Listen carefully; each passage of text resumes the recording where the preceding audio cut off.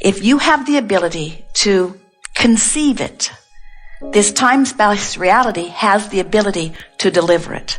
But you've got to match your own desire. You got to feel good about your desires. And if you don't feel good about your desires, then we would not think about them. Do not torture yourself. And that leads us to the most significant thing that we're wanting to give to you. You ask and it is always given. That's step 1 and 2. I'll just tell you that right off. You ask, can't stop it. Source answers, would never stop it. But step 3 is you've got to be a vibrational match to what you're asking for. When you're in alignment with your desire, it feels like elation. It feels like clarity. It feels like love. It feels like joy. It feels like freedom. It feels like fun. When you are in the state of allowing, it always feels fresh and good. When you are in the state of disallowing or resistance, it feels like fear, it feels like anger, it feels like frustration. It doesn't feel good. There are only 2 emotions. One feels good and one feels bad. But there is this infinite range between them. In other words, you call them all kinds of different things because of different exposure to different experiences. You find different ways of describing your emotions, and you have become better at pinpointing verbally words that mean how you feel. In other words, your ability to describe feelings is unsurpassed. Even your color palette is not as broad of spectrum. You are very good. It is uncanny how, as we visit with some dear friend in the hot seat, how you can find agreement or consensus as an audience on how this person feels. You easily find the word, and in most cases you are very close in agreement. And while there are a lot of words that mean the same thing, and sometimes you mean different things when you use the same words, the words that you use to describe emotions are pretty accurate in most cases. But we are not so much wanting you to worry about finding the word that describes the way you feel, as we are wanting you to identify the feeling of how it feels and then consciously reach for a feeling of relief from that feeling. That's the key. Now think about what that means. Step 1 says, ask. Step 2 says, source will answer what you're asking. Step 3 says, you got to be a vibrational match to what you're asking for. And if you're not, then there is some resistance, which is always accompanied by some feeling. So if your dominant intention is to reach for relief of whatever you are feeling, can you see that you've got to be headed toward where you want to go? All of these things that you've been wanting, whether you've been openly speaking them or not, Source has been hearing. You have been amending your preferences steadily for years. And Source knows exactly who you are and what you want and understands your worthiness of it. So as you relax and start achieving a greater sense of your own value, avalanches of things you've been wanting are going to flow into your experience. It's like they're all lined up outside your door. And today we're going to open the door as widely as you are able to. We don't really encourage quantum leaps. We think it is wonderful that you live in an environment where there's a buffer of time, where things evolve slowly, because it gives you an opportunity to continue to amend your desire. We're eager to talk with you about anything that is important to you. There is nothing that is off limits. Hi, Abraham. I have a question about time. I've heard things that there is no time in God, and that if we have a desire, that desire is like it's almost its own manifestation. And if we crave something, then that means it belongs to us. And I need clarity on that. Well, you've asked several different things all at once here, but this time thing, it's hard to get your thoughts around it, because here you are in a time-space reality. That's like saying there's no space, and you say, and yet, here I am. I bang into things. It is something that I'm perceiving. I can't cease to perceive my space, and you can't cease to perceive your time either. But what they are talking about is that there is this broader dimension from which you have come, and where your inner being is, and where we are, that is timeless in the sense that whatever you give your attention to is. In other words, let's see if we can find a way of bringing this round to satisfy you. It's a big topic. So when you made the decision to come forth into this physical experience, many, as you know, had been here before. And we said earlier that those who have been here in generations that preceded you, as they were having exposure to each other and living the contrast, desires were being born within them that summoned to this time-space reality. So a sort of momentum has been taking place. You know from your thoughts of metaphysics and from your understanding of physics, and maybe even from what you've been hearing from us, that thought, no matter how small it is, continues to expand. And with enough expansion, it becomes physical. So the physical dimension is the leading edge of thought. In other words, sometimes people think that what is non-physical is all perfect and complete and finished, and that Earth is trying to catch up with it, when something very different from that is the case. Non-physical exists in all of its glory and fullness and expresses itself even more fully into this physical time-space reality. So this is the leading edge of thought.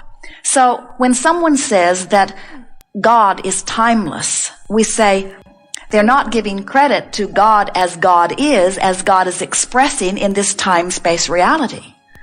Now, perhaps the reason that some speak in that way is because from the non-physical perspective, you have the ability, you can do it from this one too, but you don't do it so well because the physical characteristics are so dominant and pressing.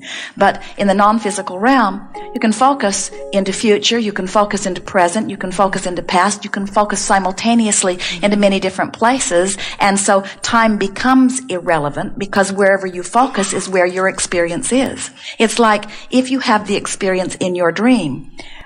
Esther loves to relive her dreams to Jerry. Jerry doesn't like it nearly as much as Esther does because Esther has vivid dreams and a night full of them. Every morning she is ready to recount if he will listen. And it is interesting to Esther that her dreams jump spectrums. They jump places, they jump generations, they jump time. In other words, she has these dream manifestations all over the place. And the time sequence is irrelevant and the place sequence is irrelevant. It's not like traveling from place to place to place. It's like from here to here to here to here to here. And the same with time. So that's what it is like in the non-physical realm as well. And we think that someone has been trying to interpret that. But never let loose of your appreciation for this time-space reality, which helps you as a leading edge creator to focus your desires and preferences more specifically. Because as you identify from your powerful and important point of view something that you prefer, source energy loves nothing more than to get hold of that desire and begin actualizing around it, you see.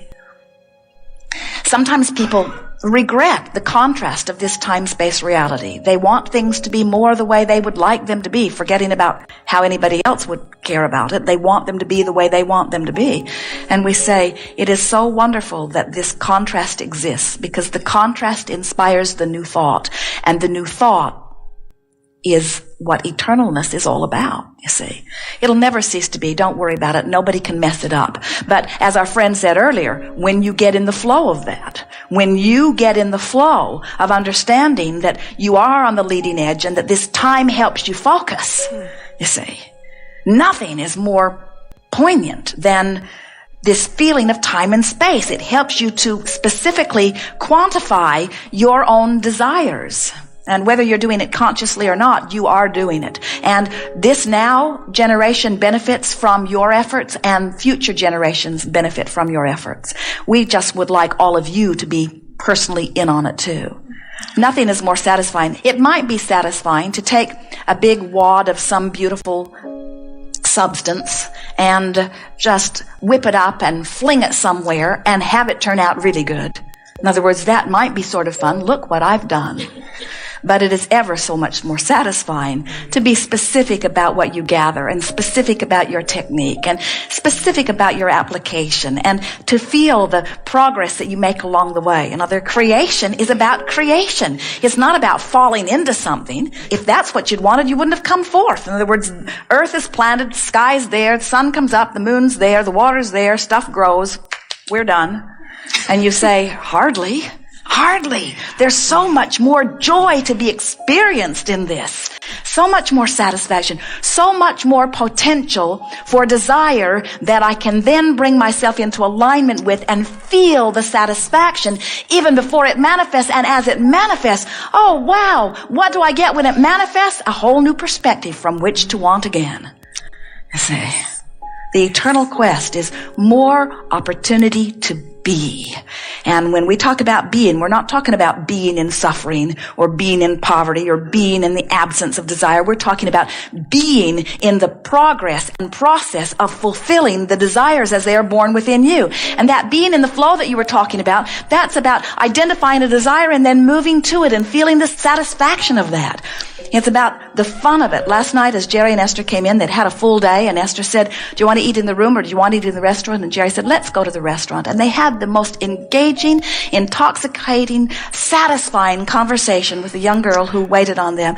And as they went back, Esther said, I am so glad we didn't eat in the room.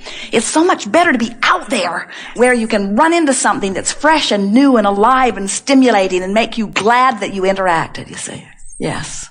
Thank you. Is that the reason why the desire is its own manifestation? Because once you desire, you have that feeling.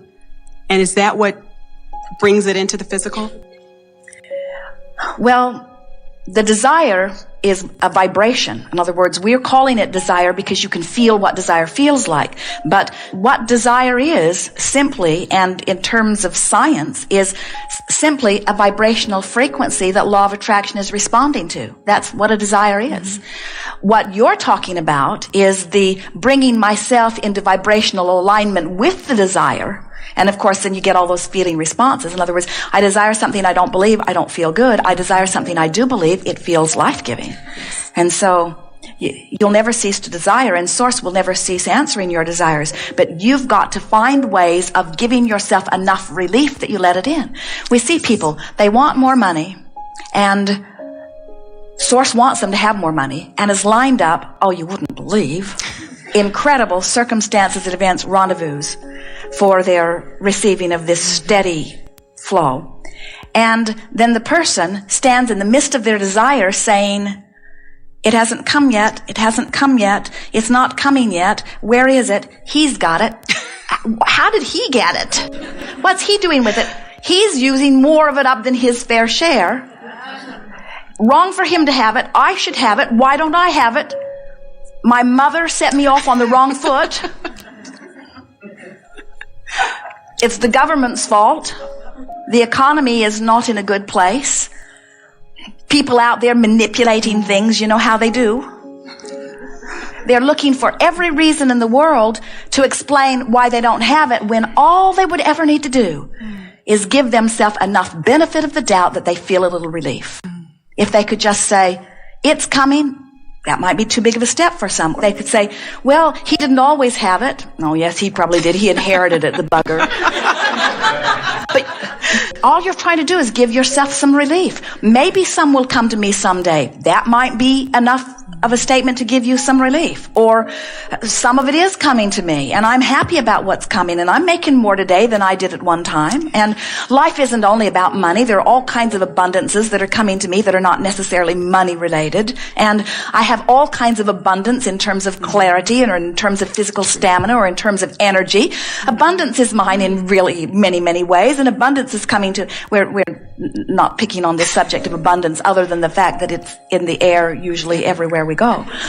But we're wanting you to realize that everything that you are reaching for in this time-space reality hinges around your ability to allow what you've already earned, what you've already asked for, what's already lined up to come. And that's the thing that we think most of you don't quite get. You think that it is still to be created, and when it is created, it will be yours. And we say, it is created, you just got to sync up with it. It's like right now, moving through these airwaves are radio signals, and if you had a tuner, you could tune in to any number of different things. And right now, in your time-space reality, are all kinds of manifestations, potential, that are moving through that you've just got to tune into. And people who are thriving have just found a way to tune in. And the way that you tune into it is by tuning down your own negativity, by tuning down your beating up on yourself, by tuning down your feelings of not enoughness, by reaching for a feeling of relief.